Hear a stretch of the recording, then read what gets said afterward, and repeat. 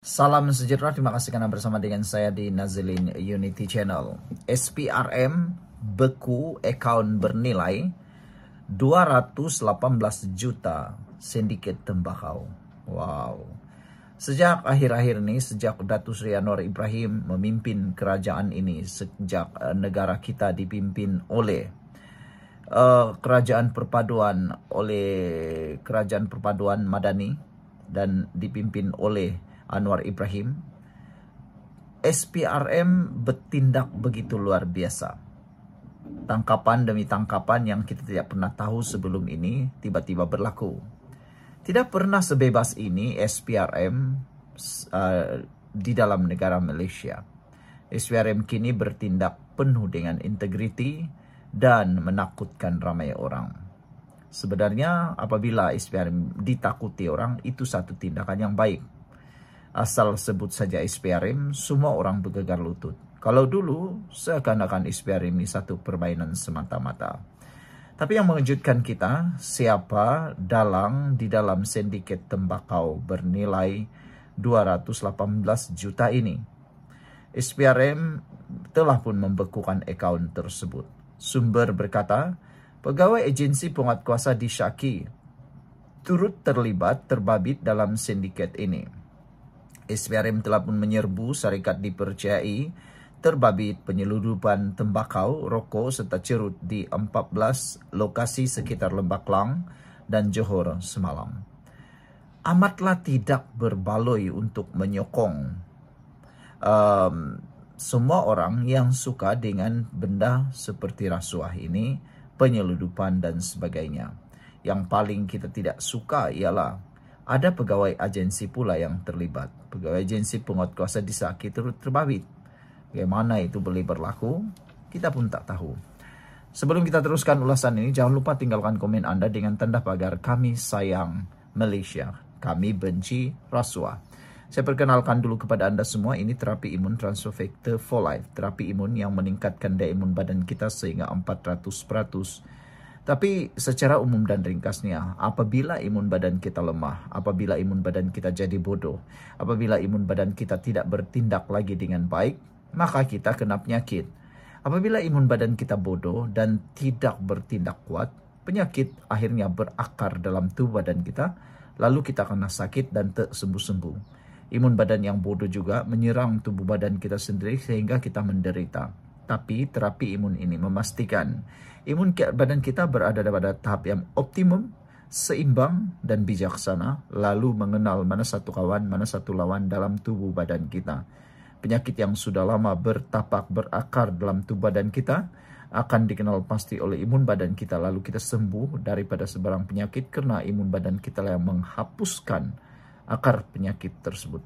Cepat dapatkan produk ini melalui nomor telepon saya yang tertera. Dan ingat, produk ini lulus KKM, penemuan paling bersejarah dalam dunia kedokteran, dan lulus KKM serta halal. Dapatkannya segera sebelum Anda kelambatan. Ingat, mungkin ini adalah jalan penyelesaian, jalan keluar kepada masalah kesehatan Anda yang Tuhan tunjuk kepada Anda hari ini. Saudara, Suruhanjaya Pencegahan Rasuah Malaysia membekukan akaun bank kira-kira 218 juta selepas menyerbu beberapa syarikat dipercayai terbabit penyeludupan tembakau, rokok serta cerut. Sumber berkata, Operasi Karo itu diketuai bahagian operasi khas SPRM dengan kerjasama LHDN, Bank Negara dan Jabatan Kastam di 14 lokasi sekitar Lembah Klang dan Johor semalam. Katanya sindiket itu dipercayai turut membabitkan pegawai agensi penguatkuasa dan siasatan akan memfokuskan untuk mengesan serta menyita aset pihak terbabit melalui aktiviti pengubahan wang haram. Menurutnya, aktiviti penyeludupan itu menyebabkan kerajaan mengalami kerugian hampir lebih 250 juta sejak 2020 hingga tahun lalu, katanya lagi. JKDM turut menggantung lesen import beberapa syarikat yang dikenal pasti terlibat kegiatan berkenaan bagi membolehkan siasatan lanjut dijalankan, katanya dalam kenyataan. Sementara itu, pengarah kanan BOKes SPRM Muhammad Zamri Zainul Abidin mengesahkan siasatan dijalankan di bawah Seksyen 16 Akta SPRM 2009.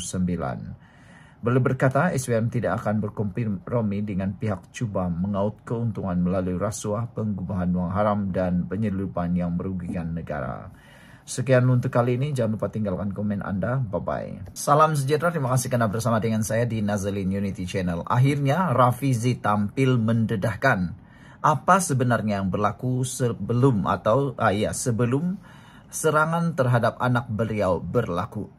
Rupa-rupanya ini yang berlaku. Ada yang kata Rafizi diserang orang oleh VIP inilah, VIP itulah, kumpulan inilah, kumpulan itulah, macam-macam teori keluar. Tapi rupa-rupanya yang menyerang anak Rafizi itu bukanlah seperti yang tular di media sosial.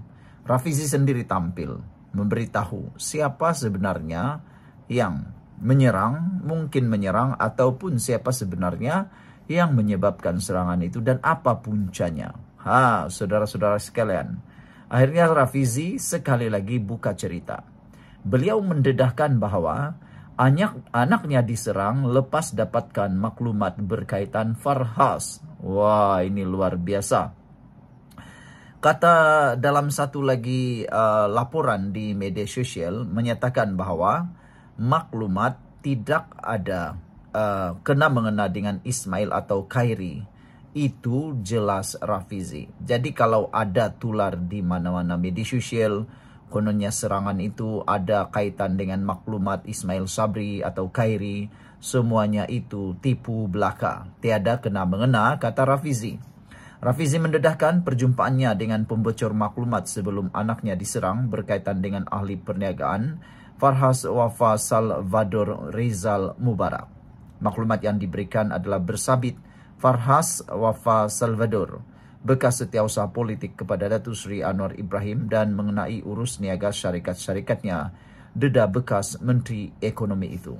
Sebelum kita teruskan ulasan yang hebat nih, jangan lupa tinggalkan komen Anda dengan tanda pagar kami benci rasuah. Dan saya perkenalkan dulu kepada Anda semua, ini terapi imun Transfer Factor for Life. Terapi imun yang meningkatkan daya imun badan kita sehingga 400%. Secara umum dan ringkasnya, kita kena penyakit karena daya imun badan kita yang bodoh. Kita kena penyakit karena imun badan kita yang lemah. Apabila imun badan kita lemah, kita tidak dapat sembuh daripada penyakit. Apabila imun badan kita bodoh, kita juga tidak sembuh daripada semua jenis penyakit. Bahkan imun badan kita boleh menyerang, menyebabkan badan kita rosak serosak-rosaknya. Tapi dengan adanya terapi imun yang mendidik dan mengajar imun badan kita menjadi kuat bijaksana ini, maka imun badan kita tahu mana satu lawan, mana satu kawan dalam tubuh badan kita. Lalu itulah yang akan menyembuhkan kita daripada semua jenis penyakit. Dapatkan produk ini melalui nombor telepon saya yang tertera. Dan ingat, produk ini lulus KKM, diperakui oleh dokter-dokter di seluruh dunia, halal dan luar biasa. Ini ialah penemuan paling bersejarah dalam dunia kedokteran pada abad ini. Dapatkannya segera tanpa berlengah lagi. Mungkin ini ialah jalan penyelesaian, pintu penyelesaian kepada masalah kesehatan Anda yang Tuhan tunjuk kepada Anda sekarang. Saudara-saudara sekalian, apa yang berlaku ialah maklumat yang diberikan adalah berkaitan Farhas Wafa Salvador, bekas setiausaha politik kepada Datuk Seri Anwar Ibrahim, dan mengenai urus niaga syarikat-syarikatnya dedah bekas Menteri Ekonomi itu Rafizi Ramli. Penjelasan itu dibuat ketika menafikan dakwaan pertemuan itu berkaitan dakwaan kes pengubahan wang haram melibatkan bekas Perdana Menteri Ismail Sabri Yaakob dan projek kesihatan berkaitan bekas Menteri Kesihatan Khairi Jamaluddin. Farhas minggu lepas menafikan kabar angin yang mengaitkan dirinya dengan serangan terhadap anak Rafizi yang berusia 13 tahun di sebuah pusat beli belah di Putrajaya. Gila, kata Farhas ringkas ketika dihubungi. Malaysia kini hari ini sekali lagi menghubungi Farhas sebagai mendapatkan komennya berkait pendedahan terbaru Rafizi dan masih menunggu maklum balasnya. Sementara itu, dalam kenyataan hari ini Rafizi menyifatkan penyebaran cerita tidak benar bertujuan mengalih perhatian rakyat dan siasatan. Lebih banyak cerita-cerita seperti ini timbul, lebih ramai yang akan membuat kesimpulan sendiri bahwa ia usaha untuk mengalih perhatian, katanya. Rafizi juga berkata telah berhubung dengan Ismail Sabri Yaakob dan menyokong sepenuhnya keputusannya untuk membuat laporan polis mengenai berita-berita tidak benar. Terdahulu Rafizi mendedahkan anaknya ditarik dan dicucuk dengan jarum suntikan di kawasan mengambil dan menurunkan penumpang. Kandungan suntikan itu belum dikenal pasti. Bagaimanapun, Rafizi berpendapat terdapat 3 kemungkinan sama ada dadah atau racun, virus seperti HIV, serta hepatitis atau air kosong. Istrinya juga menerima mesej susulan berbunyi, "Diam jika teruskan AIDS." Rafizi yang meletakkan jawatan menteri selepas kalah pemilihan PKR berkata, dia masih menunggu laporan perubatan untuk mengesahkannya. Menegaskan tidak akan tunduk, dia percaya bahawa serangan itu merupakan amaran kepadanya supaya tidak lantang bersuara dalam isu tertentu. Sekian dulu untuk kali ini. Jangan lupa tinggalkan komen Anda. Bye-bye. Salam sejahtera. Terima kasih kerana bersama dengan saya di Nazilin Unity Channel. Anwar akhirnya umum, SPRM perlu kes kuat untuk dakwa isu rasuah Sabah. Yang ini membuatkan pembangkang terlompat-lompat. Tak tahulah, mereka tak puas hati dengan pengumuman ini. Yang lebih teruk lagi ialah, adakah pengumuman ini akan membuatkan geng-geng Mahathir pengsan terus? Pengumuman ini pastinya akan membuatkan Mahathir lebih huru-hara, lebih meroyan, kata netizen. Muhyiddin pasti diam-diamlah kan, macam biasa. Tapi ahli parlimen pembangkang sudah pun membuat sidang media tentang hal ini. Perdana Menteri Anwar Ibrahim berkata, keputusan SPRM mendakwa hanya 2 daripada 8 adun Sabah yang terbabit dalam skandal rasuah lesen melombong dibuat berdasarkan pertimbangan kes kuat di mahkamah. Itu kau pernah dengar tak ada satu kes besar di Malaysia yang dilepaskan? Kenapa? Sebab kesnya tidak kuat. Jabatan Peguam Negara betul dia hanya meneruskan kes kalau ada kes yang kuat. Nanti kalau tidak dilepaskan pula lagi, Anda meroyan lagi. Dan akhirnya persalahkan lagi Anwar, persalahkan lagi Peguam Negara. Padahal kes itu tidak cukup bukti, kes itu tidak cukup kuat untuk diteruskan. Akhirnya kau salahkan Anwar lagi. Jadi, bukan maksudnya kes itu didiamkan. Kes itu diteruskan tapi masih lagi mencari kes yang lebih kuat. Kadang-kadang netizen Malaysia ni macam ni. Dia mau dengar apa yang dia mahu dengar, bukan apa yang dia perlu dengar. Ramai netizen Malaysia ni sudah terpengaruh dengan keinginan apa yang mereka mahu dengar. Contohnya, seorang dilepaskan di mahkamah kerana terbukti tidak bersalah. Mahkamah dapati tiada bukti dia ialah seorang yang bersalah. Tapi apa yang netizen mahu dengar ialah orang itu dipenjarakan padahal tidak didapati bersalah. Itu yang dia mau dengar. Akhirnya dia marah. Yang perlu dia dengar pula, dia tak layan. Itulah manusia paling durjana. Dia hanya mahu apa yang dia mahu dengar. Tapi yang dia perlu dengar, dia tak mahu pula. Itulah contoh kedua, pilihan raya. Yang dia mahu dengar ialah calon yang dia sokong. Contohnya pembangkang Perikatan Nasional mesti menang. Apabila keputusan pilihan raya diumumkan, terbukti dia kalah dengan 1000 undi. Lalu dia marah. Marahnya sini sana. Dia tuduhlah parti kerajaan perpaduan menipu, rasuah dan sebagainya. Sebab kenapa? Dia tidak suka dengar apa yang perlu dia dengar. Akhirnya dia mahu apa yang dia mahu dengar. Marahlah dia. Kena belajar bahawa kadang-kadang kena dengar apa yang perlu Anda dengar, bukannya apa yang kamu mahu dengar.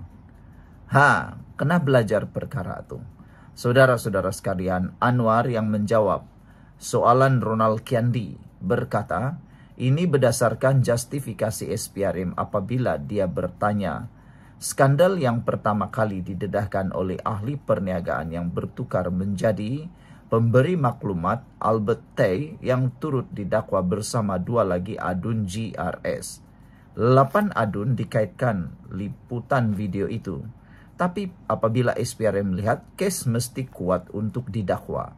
Saya tak campur, tapi saya tanya kenapa 2 didakwa. Itu alasan mereka. Mereka ambil case yang substantive, in fact and law untuk pendakwaan. Kalau tak substantive, dengar dari video saja, tak boleh dakwa di mahkamah, kata Anwar semasa sesi soal jawab Perdana Menteri. Pada 30 Jun lalu, T didakwa atas 2 pertuduhan. Memberi rasuah mengikut Section 16 dalam kurungan B Akta SPRM 2009. Dia dituduh memberi rasuah kepada penolong Menteri Pembangunan Perindustrian dan Keusahawanan Sabah Andi Suryadi Bandi dan Adun Sindumin Yusuf Yaakob untuk membantu mendapatkan lesen cari gali mineral di negeri itu. Andi yang merupakan ahli Parlimen Kalabakan didakwa mengikut Section 16 dalam kurungan E Akta SPRM yang membawa hukuman penjara maksimum 20 tahun dan denda tidak kurang 5 kali ganda nilai suapan atau 10.000, mana yang lebih tinggi. Yusuf yang merupakan pengurusi khazanah Sabah didakwa menerima wang tunai 200.000 daripada T di bar atas Bumbung Hilton Hotel di Kota Kinabalu pada 6 Mac 2023. Suapan itu didakwa bertujuan membantu memproses lesen menurut Galian Syarikat Nusakinis dan Berhad. Anwar hari ini berkata walaupun terdapat 8 adun dikaitkan dalam siri awal video yang dibocorkan, rakaman sedemikian sahaja tidak boleh menjadi asas untuk pendakwaan tanpa bukti yang menyokong. Dari pengalaman saya sendiri, rakaman video sahaja tidak mencukupi tanpa sandaran fakta, kata Anwar. Menurut SPRM, mereka yang didakwa adalah mereka yakin mempunyai alasan yang mencukupi. Yang lain hanya berdasarkan kabar angin termasuk suara dalam video, katanya. Minggu lalu, ahli Parlimen Sempurna Safi Afdal berkata sekiranya kerajaan negeri dipimpin warisan selepas pilihan raya Sabah akan datang, pertuduhan akan diteruskan terhadap lebih ramai ahli Parlimen GRS yang terbabit dalam skandal rasuah itu. Yang inilah yang saya kata. Ini yang orang mau dengar, tapi mungkin tak perlu orang dengar. Belum tahu pun, betulkah Safi Afdal akan meneruskan pertuduhan itu atau tidak. Itulah yang kita mau tahu. Sekian dulu untuk kali ini. Jangan lupa tinggalkan komen Anda. Bye-bye.